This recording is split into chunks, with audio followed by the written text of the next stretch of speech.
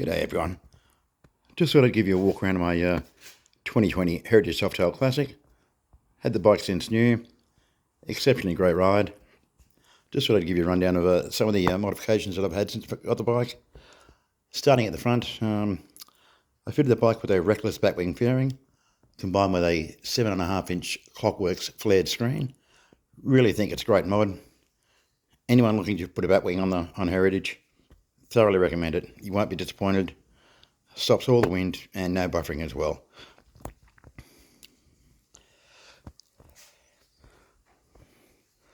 Also put on the Mustache engine guards.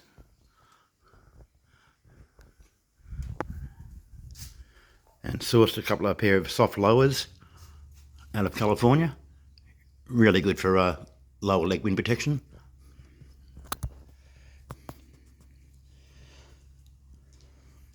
Some of the upgrades include custom dynamics, LEDs, blinkers rear and front, and also a custom dynamic lay-down brake light with smoke lenses.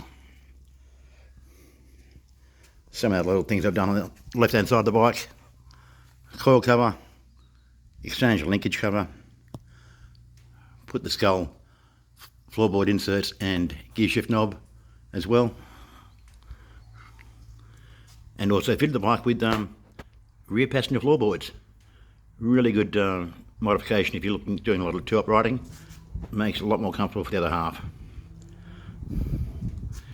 Now you can also notice down there there's a conversion bracket made by a company called Cycle Vision. That's so I can fit hard bags onto the bike. The bags I currently run are for a company called Nasty Hog. They're just the same size as the standard Harley Road King bags. Much better than the standard Heritage bags, as you can see. Much better for storage.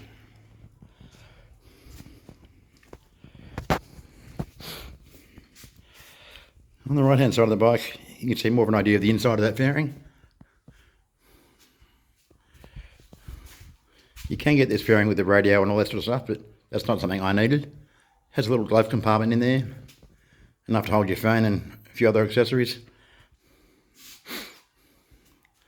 But I tend to use a bar bag made by a company called Deadbeat Customs. Great little addition. Also fitted the bike with 12-inch chiseled HD bars. Much better height than the standard bars that come with the Heritage. Puts your arms just below your shoulders. Really good for long distance riding. And phone mounts, you hear a lot about quad lock, but I use a phone mount called Tech Mount. Really good mount, no vibration.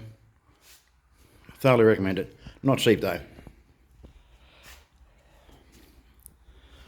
Coming down to the dash, I exchanged the dash out from the traditional leather bib. I just didn't like the leather bib or the studs, to the upgraded to the HD dash insert. Also put the flush mount fuel caps on. Just gives it a much cleaner look, I think. As I do a lot of two-up riding, I wasn't happy with the traditional Softail seat, so I swapped it out for a Mustang wide day tripper seat. Really comfortable for long trips, and the Pian absolutely loves it. And with any good Heritage, a must is a detachable backrest and luggage rack.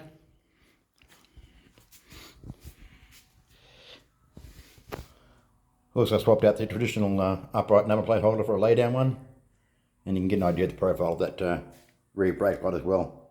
Much better than stock.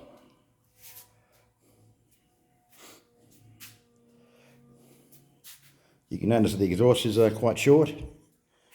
Now the only reason I run that exhaust is to run hard saddlebags on a Heritage. The exhaust must be below the rear axle nuts. And at the time I couldn't find anything other than the Australian made blow exhaust. Quite a loud exhaust, but let's face it, if you're going to have a Harley, it's going to be loud anyway. Quite a nice note, quite a good looking exhaust as well.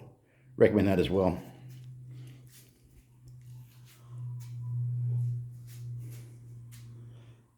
Upgraded to the S&S 475 cam about 12 months ago. Great modification.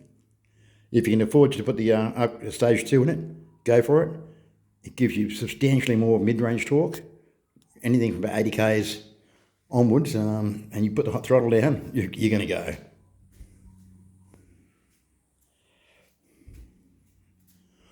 Also fitted, as you can see, heated grips on the bike.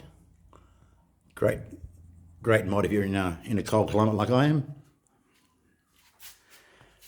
This is my 4th Harley, over 40 years, somewhat 40 years. I originally started out on 1200 Sporty. Then I think I moved to a Heritage back in the early 2000s. Give you an idea, that's a picture of my first Heritage, 2008. I then went from there to a lowrider, which I had for a number of years. All my bikes have put substantial amount of Ks on them.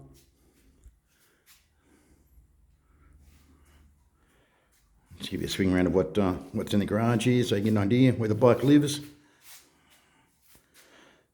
Much better having something on the wall than nothing.